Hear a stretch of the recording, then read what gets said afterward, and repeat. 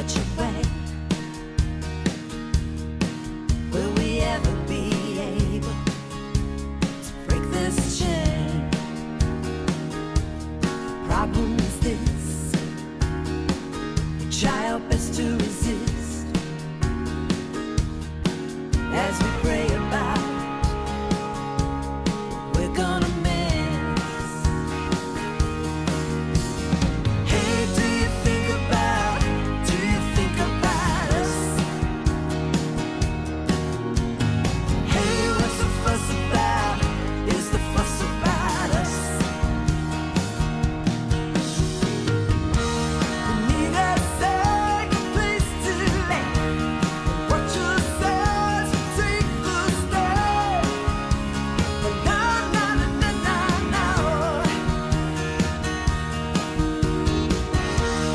With your finger in the day, we've got to get out where we can. Na, na, na, na, na, na.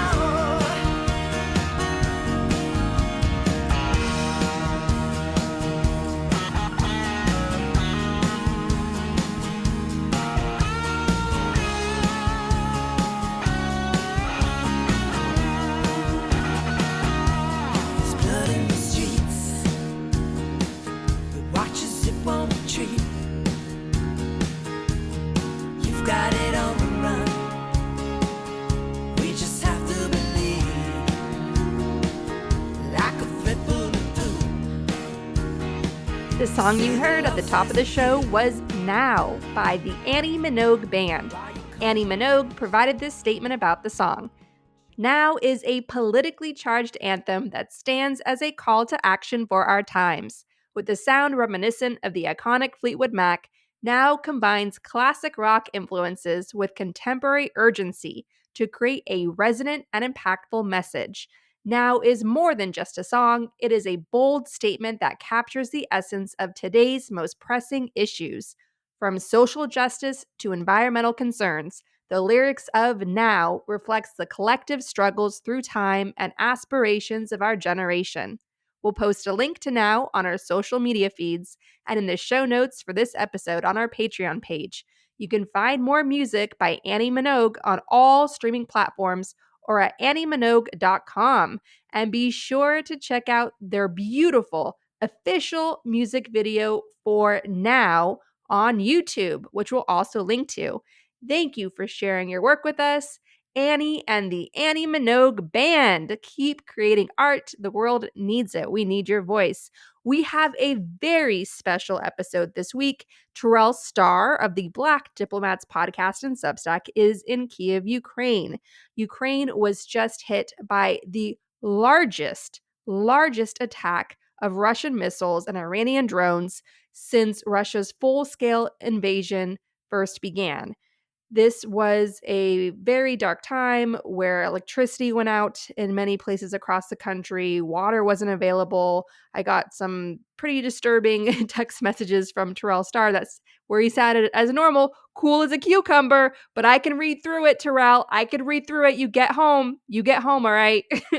Anyway, so I look forward to seeing my dear friend Terrell Starr soon. We're going to be doing a live taping of Gaslit Nation on Monday, September 16th, 7 p.m. at the Ukrainian Institute. I'm so excited for that. I'm so excited to hang out with him again and to see you all. If you are a Gaslit Nation supporter on Patreon, you get in free. You are on the guest list. Just message me and I'll make sure I add you to that. We're having this big old party. We are tailgating, not for a coup, not to violently overthrow our government like the Trump family tailgated for January 6th, but to get together, have one big fun time together before the big election. And it is also to celebrate the launch of my new book, In the Shadow of Stalin, The Story of Mr. Jones, which is the graphic novel adaptation of my film, Mr. Jones. It is the shooting script in graphic novel form. This has been a labor of love for many years, and I'm so grateful that it's finally out. So come grab your copy, come get it signed, come celebrate with me and Terrell Starr, come get together with other Gaslit Nation listeners. That is going to be, again, at the Ukrainian Institute of New York City, right around the corner from the Met Museum on September 16th at 7 p.m. Now, in this special discussion, we are joined by Georgia State Representative Ruwa Romman. She was one of 3 Palestinian-Americans whose name was put forward by the Uncommitted movement to speak at the Democratic National Convention. She is not a uncommitted delegate. She's very much a supporter of stopping Trump and doing everything we can to stop Trump. She sees herself as an extremely important bridge between the uncommitted movement and the Kamala Walz campaign, which we'll talk about in this discussion. She was one of 3 selected, again, of Palestinian Americans, carefully selected, and she provided a 2-minute speech. That text was provided to the Democratic Party in advance. The uncommitted movement had been trying to work with the Democratic Party for some time to get a Palestinian American on stage. They even offered to work with the Democrats to shape that speech in whatever way they felt comfortable. Despite all of these efforts that were made, the DNC did not have a Palestinian American on stage at the DNC. And that was an opportunity that was missed to show much needed solidarity at a time of this ongoing genocide by Netanyahu, who is clinging to power, trying to basically have this war because his big court purge didn't work. As part of this, there are reports that Donald Trump is pressuring Netanyahu not to work with the Biden administration on a ceasefire deal, which the Democrats really want to get in place to help secure this election and to obviously end this war and end the suffering, especially for the Palestinians, and to bring home the Israeli hostages. The fact that Trump is interfering in the Biden administration's negotiations to ensure a permanent ceasefire and a hostage deal could very well be a violation of the Logan Act. This would be interfering in official U.S. foreign policy. Trump notoriously did this in interfering with the Biden administration negotiating with Congress on immigration reform. He killed that legislation, prevented it from passing through Congress so that he could score some points in this election.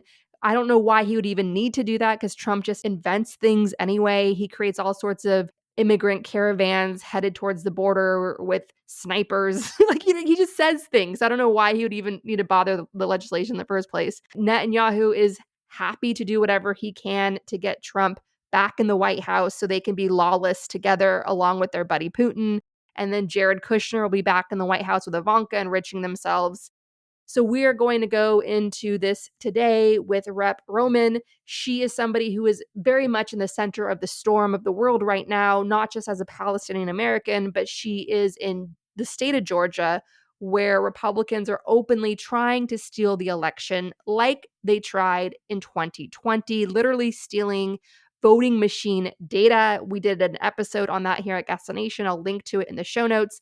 And their crime back in 2020 in trying to steal Georgia for Trump is what led Fulton County DA Fani Willis's RICO charges.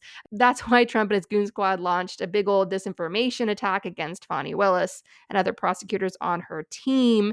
I'll link to episodes that we did on that so you can get more background.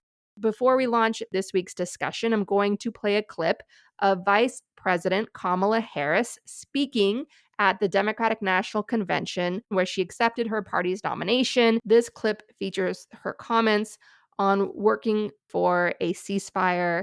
Following the clip of Vice President Kamala Harris, we will play the speech that Georgia State Representative Ruwa Romman wanted to give on the stage of the DNC. Instead, following a sit-in outside the DNC, she gave this speech outside of the convention center. I want to just point out to folks, having been at the 2016 Democratic National Convention, which had protests by WikiLeaks and a lot of Bernie Sanders supporters that were still angry of how the primary turned out in 2016, that was genuinely disruptive.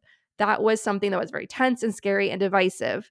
In 2024 at the DNC, Palestinian-Americans, their broad coalition of supporters, were nowhere near WikiLeaks level of disruption. Instead, they were working towards building a bridge and exercising their right in this long tradition of human rights for good trouble in America to try to help the Democratic Party hurry up and be on the right side of history, which is a permanent ceasefire, bringing home the Israeli hostages, and doing everything we can to get Palestinians and Israelis back on the path of a sustainable two-state solution and end these generational cycles of trauma and violence. It needs to end with us now. With respect to the war in Gaza, President Biden and I are working around the clock because now is the time to get a hostage deal and a ceasefire deal done.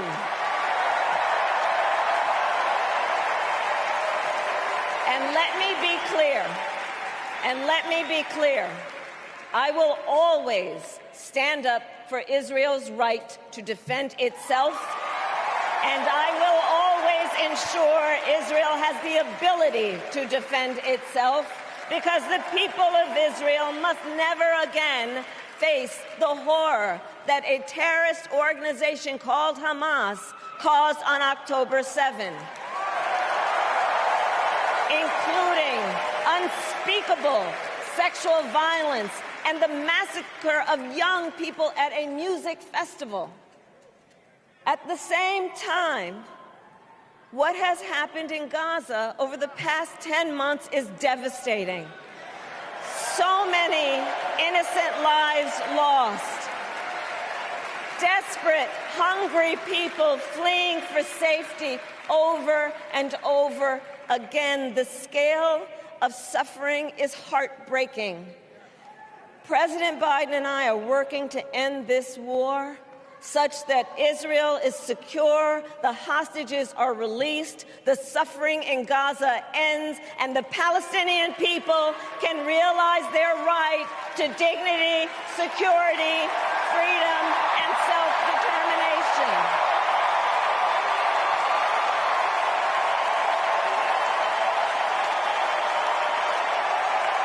And know this, I will never hesitate to take whatever action is necessary to defend our forces and our interests against Iran and Iran-backed terrorists. I will not cozy up to tyrants and dictators like Kim Jong-un who are rooting for Trump.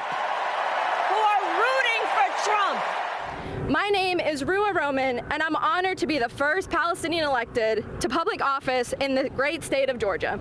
That's right. And the first Palestinian to ever speak at the Democratic National Convention. My story begins in a small village near Jerusalem called Suba, where my dad's family is from. My mom's roots trace back to Al-Khalil or Hebron. My parents, born in Jordan, brought us to Georgia when I was 8, where I now live with my wonderful husband and our sweet pets. Growing up, my grandfather and I shared a special bond. He was my partner in chief. Whether it was sneaking me sweets from a bodega or slipping me a 20 into my pocket with that familiar wink and a smile. He was my rock, but he passed away a few years ago, never seeing Suba or any part of Palestine again. Not a day goes by that I don't miss him. This past year has been especially hard as we've been moral witnesses to the massacres in Gaza. I've thought of him, wondering if this was the pain he knew too well. When we watch Palestinians displaced from one end of the Gaza Strip to the other, I wanted to ask him, how did he find the strength to walk all of those miles decades ago and leave everything behind? But in this pain, I've also witnessed something profound. A beautiful, multi-faith, multiracial, and multi-generational coalition rising from despair within our Democratic Party. For 320 days, we've stood together demanding to enforce our laws on friend and foe alike to reach a ceasefire and the killing of Palestinians, free all the Israeli and Palestinian hostages, and to begin the difficult work of building a path to collective peace and safety. That's why we are here. Members of this Democratic Party committed to equal rights and dignity for all. What we do here echoes around the world. They'll say this is how it's always been, that nothing can change. But remember, Fannie Lou Hamer shunned for her courage, yet she paved the way for an integrated Democratic Party. Her legacy lives on, and it's her example we follow. But we can't do it alone. This historic moment is full of promise, but only if we stand together. Our party's greatest strength has always been our ability to unite. Some see that as a weakness, but it's time we flex that strength. Let's commit to each other, to electing Vice President Harris and defeating Donald Trump, who uses my identity as a Palestinian as a slur. Let's fight for the policies long overdue, from restoring access to abortions, to ensuring a living wage, to demanding an end to reckless war and a ceasefire in Gaza. To those who doubt us, to the cynics and the naysayers, I say yes, we can. Yes, we can be a Democratic Party that prioritizes funding our schools and hospitals, not for endless wars. That's right. That fights for an America that belongs to all of us, Black, brown, and white, Jews and Palestinians, all of us, like my grandfather taught me, together. The first question I have is I've seen this from Gaslit Nation listeners, and I've seen this all over social media. There's a massive amount of dread in this election. The polls are currently tied. We've got RFK Jr., Jill Stein, Cornel West, third-party candidates hoping to be the Ralph Nader of this election, to spoil things, to tilt the scales towards Trump. We've got mainstream media, namely the New York Times, normalizing Trump's fascism. We've got disinformation platform Twitter, owned by proud Trumper Musk and backed by Russian oligarchs financially. That's in full effect. So it's just a perfect storm. And then, of course, we have to thread this needle, the Electoral College, which is set up deliberately to try to keep people like Kamala Harris out of office. So in the overall dread that the American voters are feeling in what is looking to be an extremely close election, what are your thoughts on those saying that the uncommitted movement, which is uncommitted, as we understand it, from putting their support towards the Harris-Walz ticket, what would you say to those who say, okay, uncommitted movement, well-intentioned to try to put any pressure they can to stop this horrible genocide by Netanyahu's government against Palestinians trapped in Gaza, very well-intentioned, but they're just adding to tilting the scales in what's going to be a close election. And maybe it's better to come out with full solidarity towards groups like Black Americans that are all in for Kamala and Walz, to show solidarity now in the hopes that we will then all come back together again to hold President Harris accountable to finally doing something. So what are your thoughts on that, the dread that so many Americans are feeling right now in this close election? Yeah, I mean, to be clear, I'm feeling it. And, what I like to remind people is that feeling of dread was multiplied by 100 when President Biden was at the top of the ticket.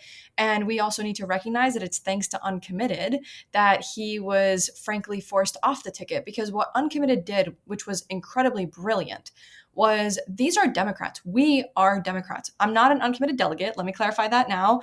But I do love what they are doing, because they're being tactical and they're being strategic, and they are threading that fine needle. What they are saying is, we are worried about Trump, but there are PACs and organizations that are trying to spin away the discontent and make us think that our voices are not here. And we want to show you, not just tell you, that this part of the base really matters and really cares about this, and it could cost us the election. So I want to be clear. What Uncommitted is doing is it is literally raising a warning for our party. It's not trying to be a spoiler. They're not putting up another candidate. These are Democrats. They're not going to be like supporting Jill Stein. The entire point of Uncommitted is to do what everyone keeps saying. They're telling, I'm a Palestinian, okay? And frankly, there's like a lot of frustration that's bubbling up right now. And specifically, it's from the fact that people keep telling Palestinians how, when, where to protest, how to express our grief, how to express our anguish. And what I'm personally seeing that has really sent me over the edge is the fact that Uncommitted did everything right. Uncommitted played by every rule that everybody put up for us, and it still wasn't enough.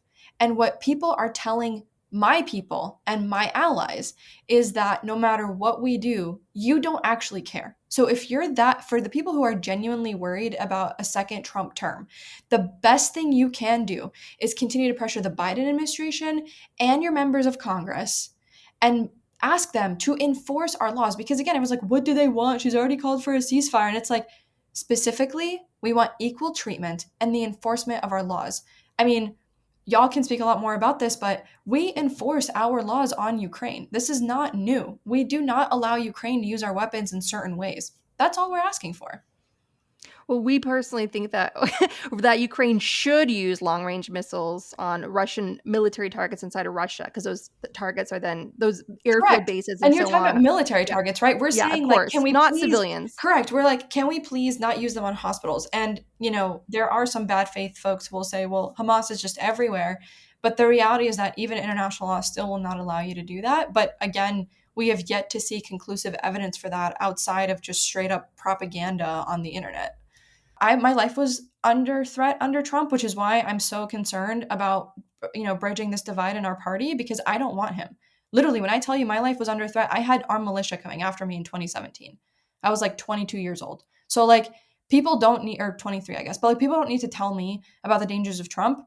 I would not be working this hard, and frankly, I would have long ago given up on the Democratic Party if I did not believe that, one, it was the best tool to figuring, to actually protecting more lives, and two, to stopping Trump. So when Kamala Harris spoke at the DNC and said that she and President Biden are working tirelessly for a ceasefire, do you believe that from what you've seen and what you're hearing on the ground? For me personally, I don't understand how that could look like when you are saying that you want nothing more than a ceasefire while you continue to supply the weapons. And specifically the fact that, I remind people, imagine you have a close friend who's just completely lost their mind, and because guns are a problem in our country, they now have a machine gun and they are unfortunately trying to hurt a lot of people in a crowded place, right? There's a massive difference between you taking the gun away versus you giving them more ammo as they continue to shoot, and you're just begging them to stop. Those are two very different dynamics. And people keep saying how these things are delicate and difficult, and how hard it is. But again, I want to remind people, we are supposed to be a world leader. It is absurd that we cannot enforce our own laws. Yes, and that would be the International Criminal Court finding both leadership of Israel and Hamas guilty of war crimes. Yep. And President Biden was very clear in his speech in Israel that Israel had to abide by international law. Correct. And this whole process, legal process, found that they are in fact not abiding by international law. Exactly. Do you think Kamala Harris, as a prosecutor, right? She's explained to us what "for the people" means. She said it throughout her career on behalf of the citizens of California. Kamala Harris, for the people. Do you think, as a prosecutor, do you have any hope that maybe she is going to be more aggressive in upholding the law when it comes to Netanyahu, who's openly backed by Trump? Yeah, I mean, look, that is my hope, and I will continue to hope, because what I tell people is that, why would I give up hope? What's the point? It's not that I'm naive, and I tell people this all the time. Nobody's asking you to trust your elected officials. But if you can't hope for things to change, how in the world can you even work towards that change if you can't believe it's possible? And so, yes, I will continue to hope. Yes, I will continue to hope that this sort of foundational core that she has about enforcing the laws on the people who are hurting, the most marginalized, those who need us the most, like, absolutely. And I will continue to hope for that. And again, she came to Georgia during her rally, and I got the opportunity to speak for a few minutes with her. And I left that conversation hopeful, which is frankly why I'm even just more upset about the way things went down, because it would have been an incredibly perfect public symbolic gesture to show what I personally experienced when I met with her. And instead, now we're back to square one, where members of my community that we had worked really hard to kindle hope with are right back to, well, if she won't even take you, like if she won't even accept you, like what's the hope for the rest of us? Yeah, I just want to thank you for the work that you do. And I just want to also want you to talk to our listeners about how you're doing, because I don't want your humanity to be missed in any of this. I've been to Palestine. It's straight up apartheid. It's the most sickening, disgusting experience that I've had in all of my life. I felt ashamed. I felt embarrassed that my country would co-sign this type of behavior. I think it's abhorrent. And I also just want to ask you about what type of solidarity conversations have you had with Black folk in Georgia? What does that look like for you? Because I know we look at the rifts on on TikTok and all these other places, and I just want to ask you, how much does that resemble real life? You're talking about there's now these TikTok videos sprouting up of Black influencers saying that it's their right to openly support Kamala Harris and be proud of that support and that vote and try to get over the finish line. And that's creating a rift now with Palestinian-Americans, some of them. Yeah, Yeah, I mean, look, how am I doing? I mean, for 10 months, I have had to sanitize my grief and my pain to make it palatable for people who don't see Palestinians as human beings. And the reality is that's my job as an elected official.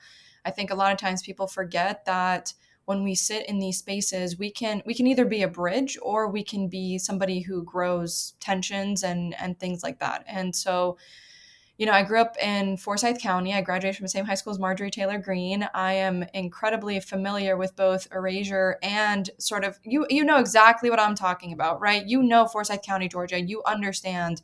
And to be clear, it's very different now. My sister's 12 years younger than I am. She went to the same high school as I did. Like, she had a completely different experience. But the reality is when I grew up here in the very, very early 2000s, I went to a high school that taught me that Rosa Parks was tired, and that's why she sat on that bus. There was no recognition and understanding of the strategic and disciplined and tactical sort of focus that the civil rights movement had. And I was forged by that legacy. Like, I think people think, like, we talked a lot about Fannie Lou Hamer during the DNC, and we got comments like, you guys are just trying to steal somebody's legacy. It's like, no, we're actually trying to give credit. Everything we did, she did. All of our strategy is her strategy. This was not an attempt to wrap ourselves in Black history and whatever. This was us saying, we are not geniuses. Nothing we are doing is new. It's actually specifically Fannie Lou Hamer, a Black woman who had done this before us, and that is why we even can think to know what we are doing, let alone actually know what we are doing. And it's just one more layer of like heart-shattering, realizations, because again, I want to be like so 1000% clear. Anti-Blackness exists in every community. Every single one.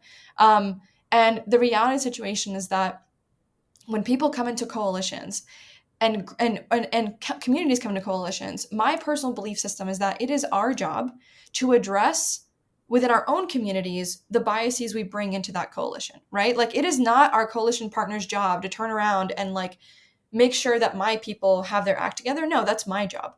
But similarly, at the same time, there are people who have never worked in coalition, but who have created these massive platforms with, frankly, sometimes hundreds of thousands, if not millions of followers that are very well intentioned and have done a really great job of raising awareness.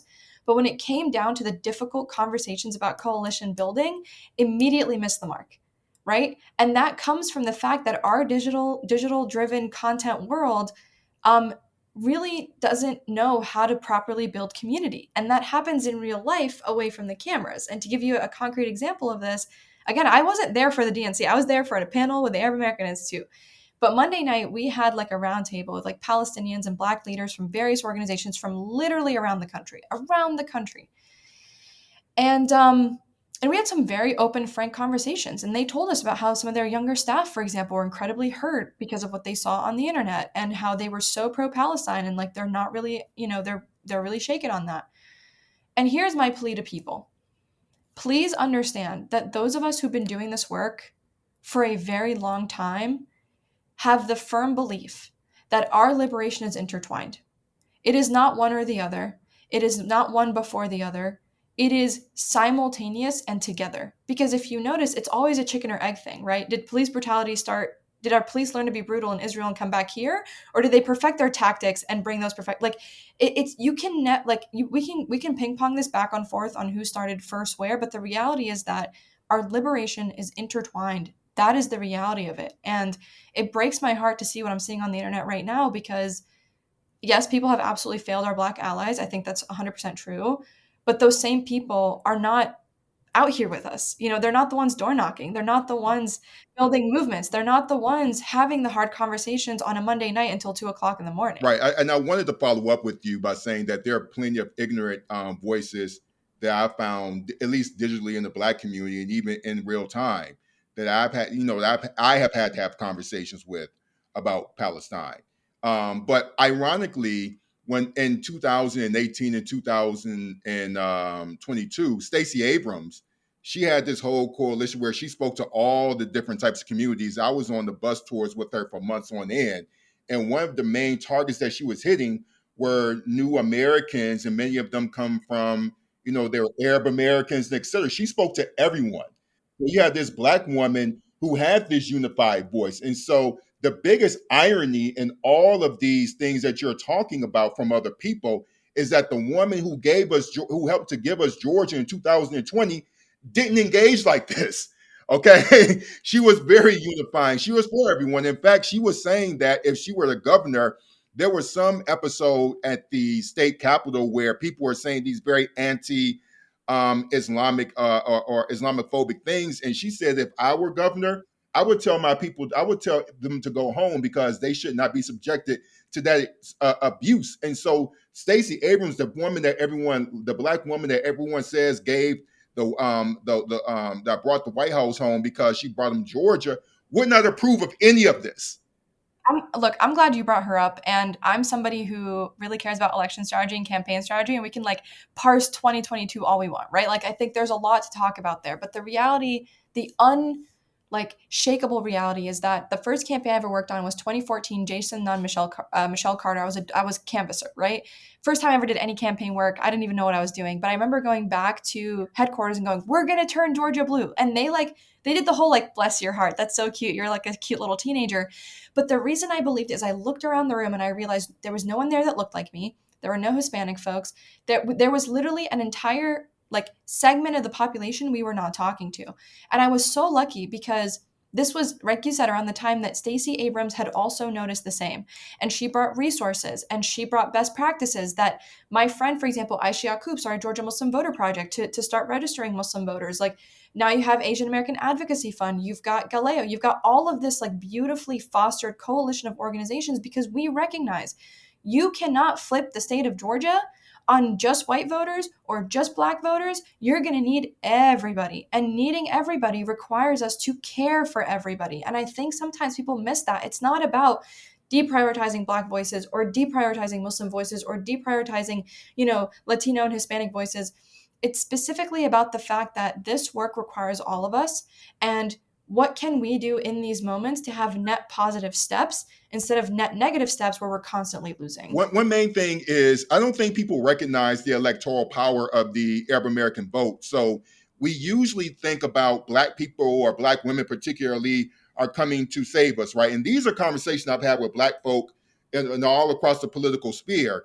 And, and we forget about the fact that in Georgia, I don't know, you probably know better than me, 60, 70,000 Arab American voters are eligible to vote. In Michigan, it's 250,000. In Arizona, it's something like 50, 60,000 or so. And in 2020, we were thinking about the Black vote, but we didn't really think about the political power of Arab American voters, nor how they view their political power. And now those numbers, given how close these races are going to be in these swing states, are going to be more consequential than ever. And so now we are confronting, I use that word particularly, we're dealing with the reality that these Arab American people, particularly the non-committed voters, which by the way, I support, they're showing their electoral power. So I feel like there is this new power dynamic that we're being introduced to in ways that we didn't anticipate. Am I right in thinking about that? Look, I'm going to be honest. I think a lot of this tension also comes from the fact that the Electoral College is not a very good representation of our country, right? And I think it's once again where people feel like they are being held hostage to the Electoral College. I want to name that because the Electoral College was there to dilute Black voters and Black voices. I mean, that is the reality. And it's like an epiphany that just came to me literally right now as we're talking. But at the same time, we cannot begrudge a people for using this Hail Mary to save their loved ones, because I think that's what keeps getting missed here. Nobody wants to hold the election hostage. I've seen people being like, you're trying to hold the election hostage and you want to hurt the rest of us and blah, blah, blah. And I ask them, I say, if you knew somebody sent the bombs to kill someone that you love, your dad, your mom, your cousin, your aunt, your uncle, that is how close some of these people are, right? Like, I've got a constituent whose grandmother has been hiding out in the second oldest church in the world in Gaza right now. Like, you tell me what I can tell her to convince her to vote for Harris that isn't just, well, we're more important. Because I want to be clear, it is okay. Like, your safety is not antithetical to Palestinian safety. The argument I am making to people is that by us building this muscle of pushing our elected officials, we can keep more of us safe in the future. The thing that really kills me about what I'm seeing online right now specifically is the fact that the more we can keep our coalition intact, the more, hopefully, the more Vice President Harris can do if she is elected. That is the reality of the situation. What happens to our coalition between now and November is going to determine how much gets done. And I know it comes from a place of fear, but instead of being moved by fear, what I recommend that people do is they move with a love and care for each other. And instead of yelling at these people to just go and vote, because it's not going to work, turn around and put that energy to President Biden and your members of Congress and urge them to enforce our laws. I promise you, when people see you advocating for them, they are so much more likely to come around.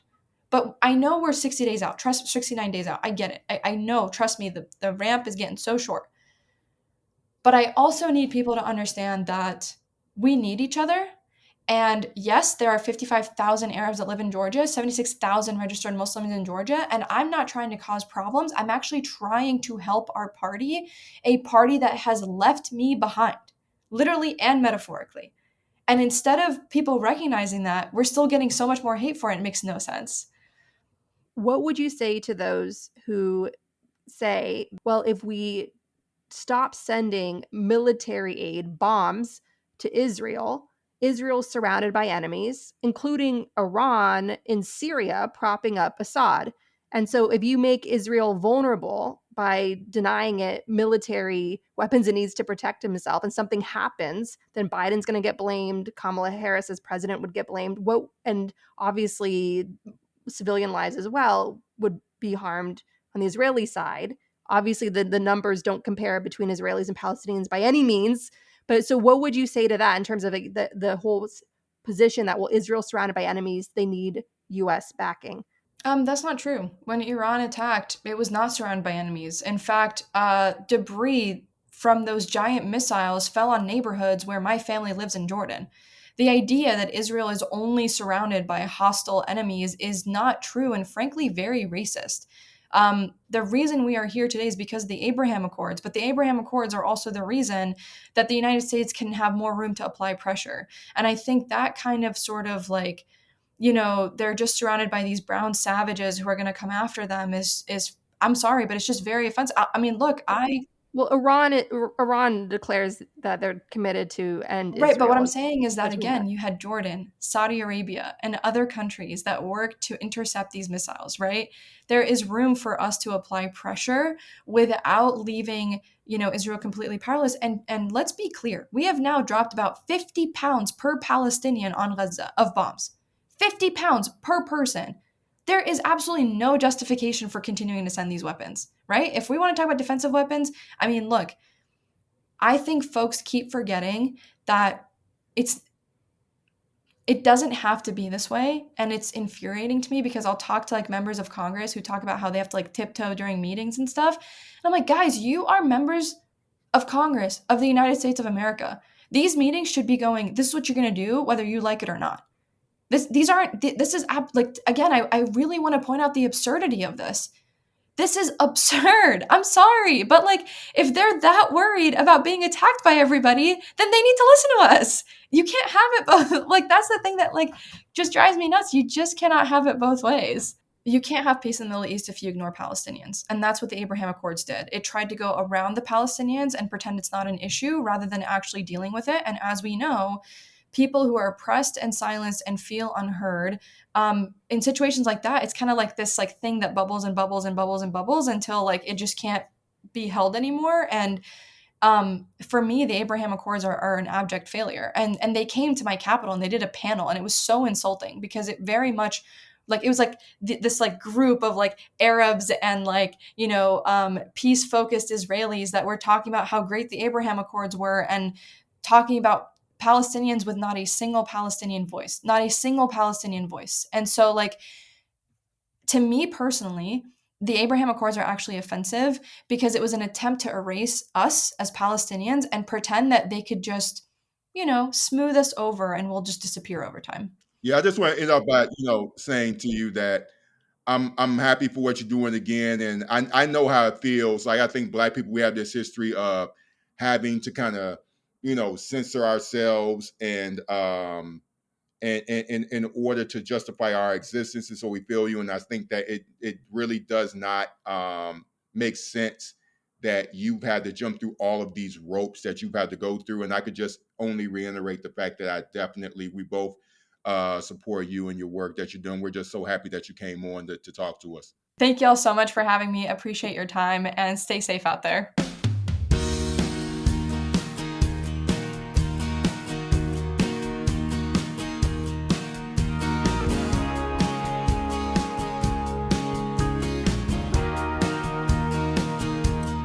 Little you say when you don't get your way. Will we ever be able to break this chain?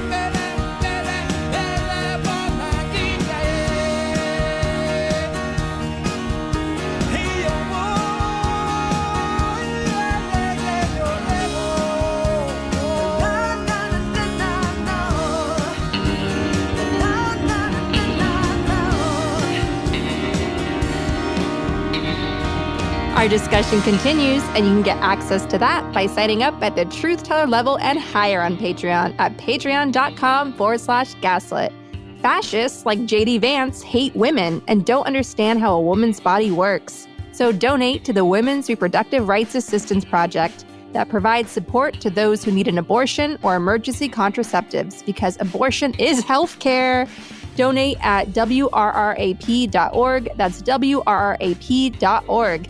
To help Ukraine with urgently needed humanitarian aid, join me in donating to Razum for Ukraine at razumforukraine.org. To help refugees in conflict zones, donate to Doctors Without Borders at doctorswithoutborders.org. And if you want to help critically endangered orangutans already under pressure from the palm oil industry, donate to the Orangutan Project at theorangutanproject.org. Gaslit Nation is produced by Andrea Chalupa. Our production manager is Nicholas Torres, and our associate producer is Carlin Daigle. If you like what we do, leave us a review on iTunes. It helps us reach more listeners. And check out our Patreon. It keeps us going. Original music in Gaslit Nation is produced by David Whitehead, Martin Bissenberg, Nick Farr, Damian Arriaga, and Carlin Daigle. Our logo design was donated to us by Hamish Smythe of the New York-based firm Order. Thank you so much, Hamish. Gaslit Nation would like to thank our supporters at the producer level on Patreon and higher. Ice Bear is Defiant, Work for Better, Prep for Trouble, Lily Wachowski, John Schoenthaler, Ellen McGirt, Larry Gasson, D. Scott, Ann Bertino, David East, Joseph Mara Jr., Mark, Sean Berg, Kristen Kester, Kevin Gannon, Sandra Collins, Katie Masuris, James D. Leonard, Leo Chalupa, Carol Golstad, Marcus J. Trent, Joe Darcy, Ann Marshall, D.L. Singfield, Nicole Spear, Abby Rode, Jans Alstrup Rasmussen, Sarah Gray, Diana Gallagher, Leah Campbell, Jared Lombardo, Ann Marshall, Abby Zavos, and Tanya Chalupa. Thank you all for your support of the show. We could not make Gaslit Nation without you.